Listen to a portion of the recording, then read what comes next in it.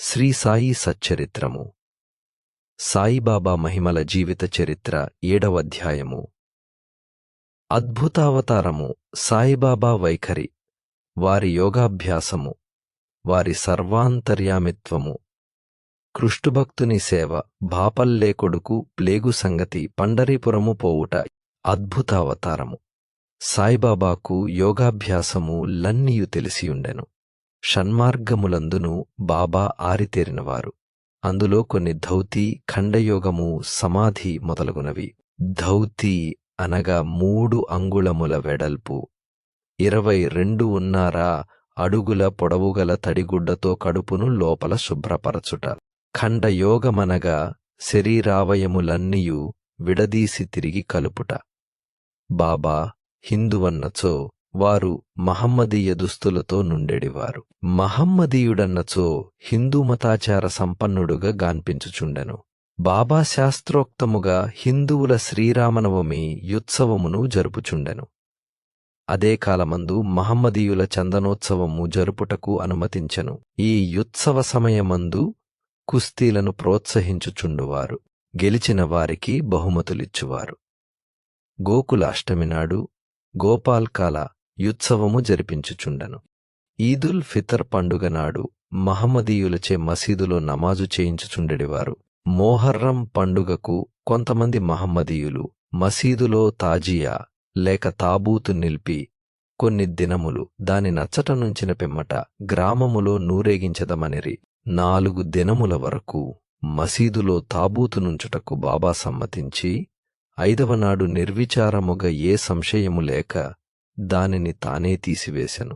వారు మహమ్మదీయులన్నచో హిందువుల వలె వారి చెవులకు కుట్లుండెను. వారు హిందువులన్నచో సుంతీ చేసుకొనుమని సలహా నిచ్చుచుండెడివారు. కాని వారు మాత్రము సుంతీ చేసుకొనియుండలేదు. బాబా హిందువైనచో మసీదునందేలయుండును, మహమ్మదీయుడైనచో ధునియు అగ్నిహోత్రమును ఏల వెలిగించియుండువారు. అదేగాక మహమ్మదీయ మతమునకు వ్యతిరేకముగా తిరుగలితో విసరుట, శంఖముదుట, గంట వాయించుట, హోమమ ఉచేయుట, భజన చేయుట, సంతర్పణ చేయుట, అర్ఘ్యపాద్యములు సమర్పించుట మొదలగునవి జరుగుచుండెను. వారే మహమ్మదీయులైనచో కర్మిష్ఠులగు సనాతనాచార పారాయణులైన బ్రాహ్మణులు వారి పాదములపై సాష్టాంగ నమస్కారము లిట్లు చేయుచుండెడివారు. వారే తెగవారని అడుగబోయిన వారెల్లరూ వారిని సందర్శించిన వెంటనే మూగలగుచు పరవశించుచుండెరి. అందుచే సాయిబాబా హిందువుడో మహమ్మదీయుడో ఎవరునూ సరిగా నిర్ణయించలేకుండెరి. ఇది ఒక వింత కాదు. ఎవరైతే సర్వమును త్యజించి భగవంతుని సర్వస్య శరణాగతి యొనరించెదరో వారు దేవుణ్ణిలో నైక్యమైపోయెదరు. వారికి దేనితో సంబంధముగాని భేదభావముగాని ఉండదు. వారికి జాతిమతములతో నెట్టి సంబంధము లేదు. సాయిబాబా అట్టివారు. వారికి జాతులందు వ్యక్తులందు భేదము గన్పించకుండెను. బాబా ఫకీరులతో కలిసి మత్స్యమాంసములు భుజించుచుండెను. కాని వారి భోజన పళ్ళెములో కుక్కలు మూతిపెట్టినను నడుగువారు కారు. శ్రీ సాయి అవతారము విశిష్టమైనది, అద్భుతమైనది. నా పూర్వజన్మ సుకృతముచే వారి పాదముల వద్ద కూర్చును భాగ్యము లభించినది. వారి సాంగత్యము లభించుట నా అదృష్టము. వారి సన్నిధిలో నాకు కలిగిన ఆనందము ఉల్లాసము చెప్పనలవి కానివి. సాయిబాబా నిజముగా శుద్ధానంద చైతన్యమూర్తులు. నేను వారి గొప్పతనమును విశిష్టతను పూర్తిగా వర్ణించలేను. ఎవరు వారి పాదములను నమ్మెదరో వారికి ఆత్మానుసంధానము కలుగును. సన్యాసులు, సాధకులు, మోక్షమునకై పాటుపడు తదితరు లనేక మంది సాయిబాబా వద్దకు వచ్చెడివారు. బాబా వారితో నడచుచూ, మాట్లాడుచూ, నవ్వుచూ అల్లా మాలిక్ అని ఎల్లప్పుడూ పలుకుచుండెడివారు. వారికి వివాదములుగాని చర్చలుగాని ఇష్టము లేదు. అప్పుడప్పుడు కోపించినప్పటికీ వారెల్లప్పుడూ నెమ్మదిగా నుండి శరీరమును పూర్తిగా స్వాధీనములో నుంచు కొనడివారు. ఎల్లప్పుడూ వేదాంతమును బోధించుచుండెడివారు. ఆఖరు వరకు బాబా ఎవరో ఎవరికి తెలియనేలేదు. వారు రాజులను భిక్షుకులను నొకే రీతిగా ఆదరించిరి. అందరి యంతరంగములందుగల రహస్యములన్నీ బాబా ఎరింగెడివారు. బాబా ఆ రహస్యములను వెలిబుచ్చగనే ఎందరూ ఆశ్చర్యమగ్నులగుచుండిరి. వారు సర్వజ్ఞులైనప్పటికీ ఏమియూ తెలియని వానివలే నటించుచుండిరి. సన్మానములున్నచో వారికి అయిష్టము. సాయిబాబా నైజమట్టిది. మానవ శరీరముతో నున్నప్పటికీ వారు చేయు పనులను జూడ సాక్షాత్తు భగవంతుడని చెప్పవలెను. అందరును వారిని జూచి షిరిడీలో వెలసిన భగవంతుడని ఎనుకొనుచుండిరి. సాయిబాబా వైఖరి. నేను పట్టి మూర్ఖుడనగుటచే బాబా మహిమలను వర్ణించలేను. బాబా షిరిడీలోనున్న దేవాలయములన్నిటినీ మరామతు చేయించెను. తాత్యాపాటీలు సహాయముతో గ్రామములోనున్న శని, గణపతి, పార్వతీశంకర, గ్రామదేవత, మారుతీ దేవాలయముల మరామతు చేయించెను. వారి దానము పొగడబడినది. దక్షిణ రూపముగా వసూలైన పైకమంతయు నొక్కొక్కరికి రోజుకొక్కంటికి 50 రూపాయలు, 30 రూపాయలు, 15 రూపాయలు చొప్పున ఇష్టము వచ్చినట్లు పంచిపెట్టెడివారు. బాబాను దర్శించిన మాత్రమున ప్రజలు శుభము పొందువారు. కొందరు ఆరోగ్యవంతులగుచుండిరి. అనేకులకు కోరికలు నెరవేర్చుండెను. కంటిలో రసముగాని మందుగాని వెయ్యకనే గ్రుడ్డివారికి దృష్టి వచ్చుచుండెను. కుంటివారికి కాళ్ళు వచ్చుచుండెను. అంతులేని బాబా గొప్పతనమును పారమును ఎవ్వరునూ కనుగొనకుండిరి. వారి కీర్తి చాలా దూరము వరకు వ్యాపించెను. అన్ని దేశముల భక్తులు షిరిడీలో గుమిగూడుచుండిరి. బాబా ఎల్లప్పుడూ ధుని వద్దనే ధ్యానమగ్నులై కూర్చొనుచుండెను. ఒక్కొక్కప్పుడు స్నానము కూడా మానెడివారు. తొలి దినములలో బాబా తెల్ల తలపాగా, శుభ్రమైన ధోవతి, చొక్క ధరించువారు. మొదట గ్రామములో రోగులను పరీక్షించి ఔషధములిచ్చెడివారు. వారి చేతితో నిచ్చిన మందులు పనిచేయుచుండెడివి. మంచి హస్తవాసిగల డాక్టర్ని పేరొచ్చెను. ఈ సందర్భమున నొక వింత విషయము చెప్పవలెను. ఒక భక్తుని కండ్లు వాచి మిక్కిలి ఎర్రబడెను. షిరిడీలో డాక్టరు దొరకలేదు. ఇతర భక్తులాతనిని బాబా వద్దకు గొనిపోయిరి. అట్టి రోగులకు అంజనములు, ఆవుపాలు, కర్పూరముతో చేసిన ఔషధములు డాక్టర్లు ఉపయోగించెదరు. కాని బాబా చేసిన చికిత్స విశిష్టమైనది. నల్ల జీడిగింజలను 102 మాత్రలు చేసి ఒక్కొక్క కంటిలో నొక్కొక్కదానిని దూర్చి గుడ్డతో కట్టుకట్టెను. మరుసటి దినము కట్టులను విప్పి నీళ్లను ధారగా పోసెను. కండ్లల్లోని పుసి తగ్గి కంటిపాపలు తెల్లబడి శుభ్రమయ్యెను. నల్లజీడి పిక్కల మందు పెట్టినప్పుడు సున్నితమైన కండ్లు మండనేలేదు. అటువంటి చిత్రము లనేకములు గలవు. కాని ఎందు ఒకటి మాత్రమే చెప్పబడినది. బాబా యోగాభ్యాసములు. బాబాకు యోగములన్నీయూ తెలియును. కాని ఎందులో 2 మాత్రమే వర్ణింపడెను. మసీదుకు చాలా దూరమున ఒక మైచెట్టు కలదు. అక్కడొక బావి కలదు. ప్రతి 3వ రోజు బాబా అచ్చటకు పోయి ముఖ ప్రక్షాళనము, స్నానము చేయుచుండెను. ఒకనాడు బాబా తన యూపిరితిత్తులను బయటకు కక్కి వాటిని నీటితో శుభ్రపరచి నేరేడు చెట్టుపై ఆరవేయుట కొందరు గమనించిరి. షిరిడీలోని కొందరు దీనిని కండ్లారా చూచి చెప్పిరి. మామూలుగా ధౌతియనగా 3 అంగుళముల వెడల్పు, 22.5 అడుగుల పొడవుగల గుడ్డను మ్రింగి కడుపులో అరగంట వరకు నుండనిచ్చిన పిమ్మట తీసెదరు. కాని బాబాగారి ధౌతి చాలా విశిష్టము, అసాధారణము నైనది. 2 ఖండయోగము. బాబా తన శరీరావయము లన్నీయు వేరుచేసి మసీదునందు వేర్వేరు స్థలములలో విడిచిపెట్టువారు.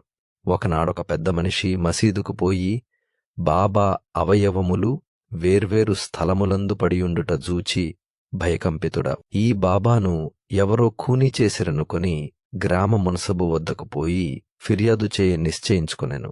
కాని మొట్టమొదట ఫిర్యాదు చేసిన వానికి ఆ విషయము గూర్చి కొంచెమైన తెలిసియుండునని తననే అనుమానించెదరని యూరకొనెను. మరుసటి దినమతడు మసీదుకు బోయెను. బాబా ఎప్పటివలే హాయిగా కూర్చొనియుండుట జూచి ఆశ్చర్యపడెను. ముందు దినము తాను చూచినదంతయు స్వప్నమనుకొనెను. 3. యోగము. బాల్యము నుంచి బాబా యోగాభ్యాసము చేయుచుండెను. దానిలో వారెంత నిష్ణాతులో ఎవరికీ తెలియదు. వారి ఊదీ ప్రసాదము వల్ల బాగుపడిన రోగుల వద్ద నుంచి డబ్బు పుచ్చుకొనక యుచితముగానే సేవ చేయుచుండ్రి. అనేక మందిని ఆరోగ్యవంతులుగా చేసిరి. వారు చేయు పుణ్యకార్యముల బట్టి వారికి గొప్ప కీర్తి వచ్చెను. బాబా సొంతము కొరకు ఏమీయూ చెయ్యక ఇతరుల మేలు కొరకే ఎల్లప్పుడూ పాటుపడేవారు. ఒక్కొక్కప్పుడు ఇతరుల వ్యాధిని తనపై వేసుకుని తాము మిక్కిలి బాధననుభవించేవారు. అందులో నొకటి ఈ దిగువ పేర్కొందును. దీనిని బట్టి బాబా సర్వజ్ఞుడనియు మిక్కిలి దయార్ద్రహృదయుడనియు తెలియను. బాబా సర్వాంతర్యామిత్వము, కారుణ్యము. 1910వ సంవత్సరము దీపావళి పండుగనాడు బాబా ధుని వద్ద కూర్చుండి చలి కాగుచుండెను. బాబా ధునిలో కట్టెలు వేయుచుండెను. ధుని బాగుగా మండుచుండెను. కొంతసేపైన తరువాత కట్టెలను వేయుటమాని తన చేతిని ధునిలో పెట్టాను. వెంటనే చెయ్యి కాలిపోయాను. మాధవుడనే నౌకరును మాధవరావు దేశపాండేయు దీనిని చూచిరి. వెంటనే పరుగెత్తి బాబాను పట్టి వెనుకకు లాగిరి. దేవా, ఇట్లేల చేసి తిరని అడిగిరి. స్పృహ తెచ్చుకుని బాబా ఇట్లు జవాబిచ్చెను. దూరదేశమున ఒక కమ్మరి భార్య కొలిమితిత్తులను ఊదుచుండెను. అంతలో నామె భర్త పిలిచెను. తనయుడిలో బిడ్డయున్న సంగతి మరచి ఆమె తొందరగా లేచి పరుగిడచొచ్చెను. ఆ బిడ్డ మండుచున్న కొలిమిలో బడెను. అందుచేత వెంటనే నా చేతిని కొలిమిలోనికి దూర్చి బిడ్డను రక్షించి తిని. నా చెయ్యి కాలుట నాకంత బాధాకరము కాదు, కాని బిడ్డ రక్షింపబడెనను విషయము నా కానందము గలుగచేయుచున్న దని బాబా నుడివెను. కుష్ఠురోగ భక్తుని సేవ. బాబా చెయ్యి కాల్చుకొనెనని మాధవరావు దేశపాండే నానాసాహెబు చాందోర్కర్కు తెలియచేశాను. వెంటనే ఆయన బొంబాయి నుండి డాక్టరు పరమానందుని మందుల పెట్టెతో వెంటబెట్టుకుని వచ్చెను. నానాబాబాను చికిత్స చేయుటకై డాక్టర్ను చెయ్యి చూడనిమ్మని కోరెను. బాబా ఎందులా కొప్పుకొనలేదు. చెయ్యి కాలిన లగాయితూ బాగోజీసిందే అను కుష్ఠరోగియే కట్టుచుండెను. కాలిన చేతిపైన నెయ్యి రాసి ఆకువేసి గుడ్డతో కట్టు కట్టెడివాడు. నానా ఎంత వేడినను బాబా డాక్టర్ గారిచే చికిత్స పొందుటకు సమ్మతింపలేదు. డాక్టరుగారు కూడా అనేకసార్లు వేడుకొనిరి. కాని అల్లాయే తన డాక్టర్ని బాబా కాలయాపన చేయుచుండెను. అందుచే డాక్టరు మందుల పెట్టె మూతయ్యన తీయకుండానే తిరిగిపోయాను. కాని డాక్టరుగారికి బాబా దర్శన భాగ్యము లభించెను.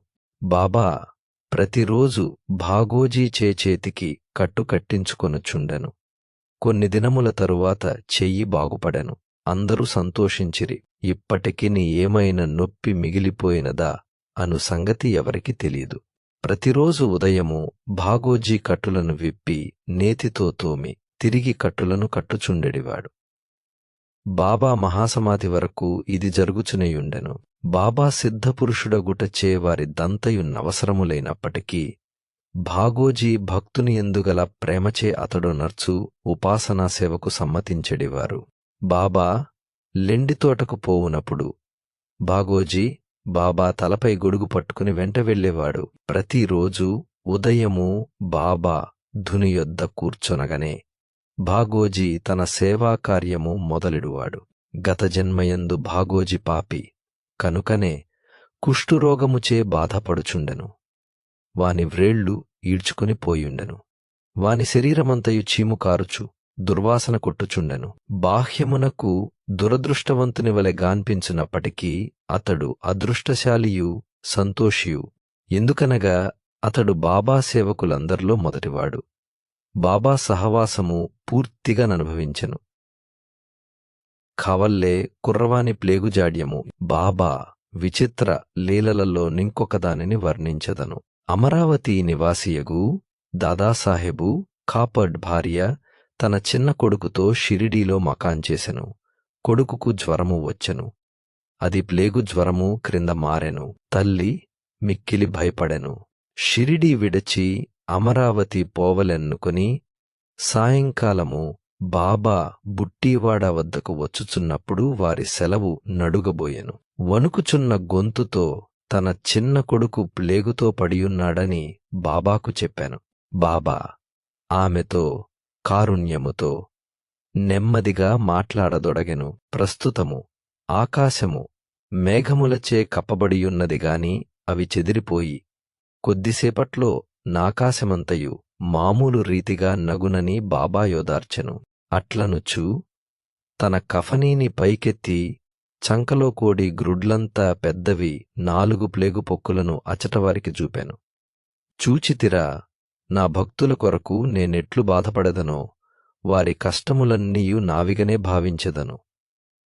ఈ మహాద్భుత లీలలను జూచి యోగీశ్వరులు భక్తుల కొరకెట్లు బాధలనుభవింతురో జనులకు విశ్వాసము కుదిరెను. యోగీశ్వరుల మనస్సు మైనము కన్న మెత్తనిది, వెన్నెలవలే మృదువైనది. వారు భక్తులను ప్రత్యుపకారము కోరకయే ప్రేమించెదరు.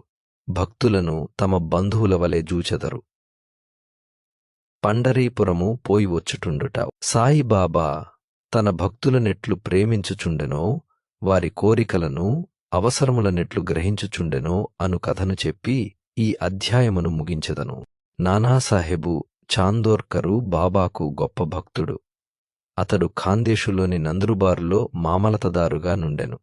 అతనికి పండరీపురమునకు బదిలీ జరిగెను. సాయిబాబా యందు అతనికి గల భక్తి అను ఫలమానాటికి పండెను. పండరీపురమును భూలోక వైకుంఠ మనెదరు. అట్టి స్థలమునకు బదిలీ అగుటచేనాతడు గొప్ప ధన్యుడు. నానాసాహెబు వెంటనే పండరిపోయి ఉద్యోగములో ప్రవేశించవలసి యుండెను. కాన షిరిడీకి ఉత్తరము వ్రాయకయ్యే పండరీపురము పోవలెనని బయలుదేరెను. షిరిడీకి హఠాత్తుగా పోయి తన విఠోబాయగు బాబాను దర్శించి పండరిపోవలేననుకొనెను. నానాసాహెబు షిరిడీ వచ్చునను సంగతి ఎవరికీ తెలియదు. కాని బాబా సర్వజ్ఞుడగుటచే గ్రహించెను. నానాసాహెబు నేమగాం చేరుసరికి షిరిడీ మసీదులో కలకలము కలిగెను. బాబా మసీదులో కూర్చుండి మహాల్సాపతి అప్పాసిందే కాశీరాములతో మాట్లాడుచుండెను. వెంటనే బాబా ఇట్లనియెను, మన నలుగురము కలిసి భజన చేసెదము. పండరీద్వారములు తెరచినారు కనుక ఆనందముగా పాడెదములెండు. అందరూ కలిసి పాడదొడంగిరి. ఆ పాట భావమేమన, నేను పండరిపోవలేను, నేనక్కడ నివసించవలెను, అది నా దైవము యొక్క భవనము. బాబా పాడుచుండెను. భక్తులందరూ బాబాను అనుగమించిరి. కొద్దిసేపటికి నానా కుటుంబముతో వచ్చి బాబా పాదములకు సాష్టాంగ నమస్కారము చేసి బాబాను పండరీపురము వచ్చి వారితో కలిసి అక్కడుండుమని వేడుకొనియను. ఈ బతిమాలుట కవసరము లేకుండెను. ఏలన బాబా అప్పటికే పండరిపోవలెను, అచ్చట నుండవలెనను భావమును వెలిబుచ్చుచుండెనని తక్కిన భక్తులు చెప్పిరి. ఇది విని నానా మనస్సు కరిగి బాబా పాదములపై బడెను. బాబా యొక్క ఆజ్ఞను పొంది ఊదీ ప్రసాదమును గ్రహించి ఆశీర్వాదమును పొంది నానాసాహెబు పండరికి పోయెను. ఇట్టి బాబా లీలల కంతులేదు. 7వ అధ్యాయము సంపూర్ణము.